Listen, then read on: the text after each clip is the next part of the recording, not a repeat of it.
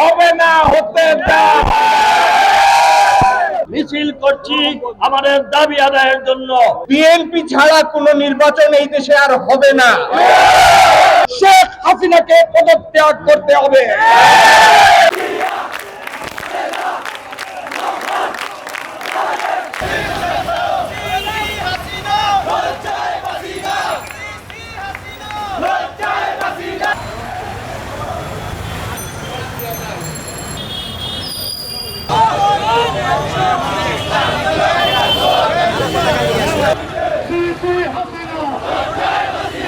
এই সরকার বেশি দিন আর ক্ষমতায় নাই।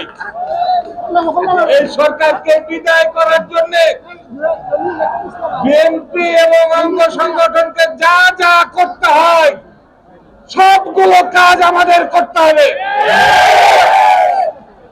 এই সরকার এক সময় তত্ত্বাবধায়ক আইন পাস করার জন্য দেশে 173 দিন হরতাল করেছিল, খেয়াল আছে আপনাদের?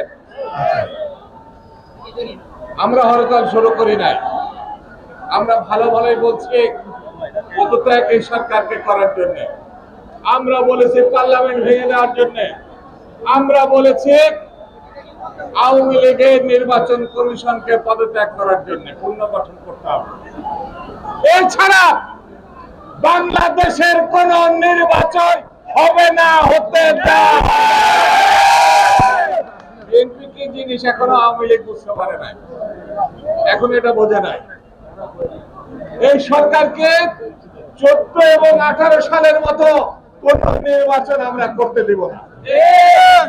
এই স্বৈরাচারী সরকারের পতন না ঘটানো পর্যন্ত জাতীয়তাবাদী দলের প্রত্যেকটি নেতা কর্মীরা রাজপথে থাকবে ইনশাআল্লাহ। একই সাথে আমি ঘোষণা দিতে চাই, এই সিলেটে আবারও নতুন করে ষড়যন্ত্র করা হচ্ছে। পুলিশ প্রশাসনকে এবং স্থানীয় আইন শৃঙ্খলা রক্ষাকারী বাহিনীকে অনুরোধ করব, গণতান্ত্রিক আন্দোলনে আমাদের ছাত্রদল, যুবদল, বিএনপি নেতা কর্মীদেরকে হয়রানি করবেন না। মিথ্যা মামলা দিয়ে যদি আবার হয়রানি করেন, সিলেটের ছাত্র জনতা আন্দোলন গড়ে তুলবে, তখন আপনারা সমস্ত দায় দায়িত্ব আপনাদেরকে নিতে হবে। আমরা নিয়মতান্ত্রিক, গণতান্ত্রিক, শান্তিপূর্ণ উপায়ে আমরা মিছিল করছি আমাদের দাবি আদায়ের জন্য। কিন্তু আপনারা আশা করব আপনারা এই গণতান্ত্রিক আন্দোলনে আপনাদের সহযোগিতা অব্যাহত থাকবে।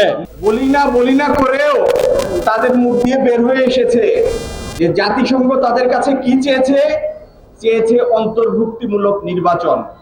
তার মানে কূটনৈতিক ভাষার বাইরে যে কথাটা সোজা সাপটা আমরা বুঝি, অংশগ্রহণমূলক। বিএনপি ছাড়া কোনো নির্বাচন এই দেশে আর হবে না। যতই রংঢং করেন, যতই ক্যামেরা সেশন করার চেষ্টা করেন, ভারতীয় প্রধানমন্ত্রীর সাথে আপনার ঘনিষ্ঠতা বোঝানোর চেষ্টা করেন, আপনার পায়ের নিচে মাটি নাই, এটা বোঝার জন্য আর কোনো বুদ্ধির দরকার নাই। সুতরাং আপনার প্রতি অনুরোধ, থানায় পানায় ছেড়ে দেন, আর এই দেশের মানুষকে কষ্ট দিয়েন না। অবিলম্বে শেখ হাসিনাকে পদত্যাগ করতে হবে। আমরা প্রস্তুত, ইনশাআল্লাহ আগামী দিনের যে কোনো আন্দোলন সংগ্রামকে সফল করার জন্য শরীরের শেষ রক্ত বিন্দু দিয়ে হলেও সেই আন্দোলনকে আমরা সফল করে তারেক রহমানকে বাংলাদেশের রাষ্ট্র ক্ষমতায় মানুষের মুক্তির লক্ষ্যে তারেক রহমানের নেতৃত্ব নিশ্চিত করার জন্য আমরা প্রস্তুত রয়েছি।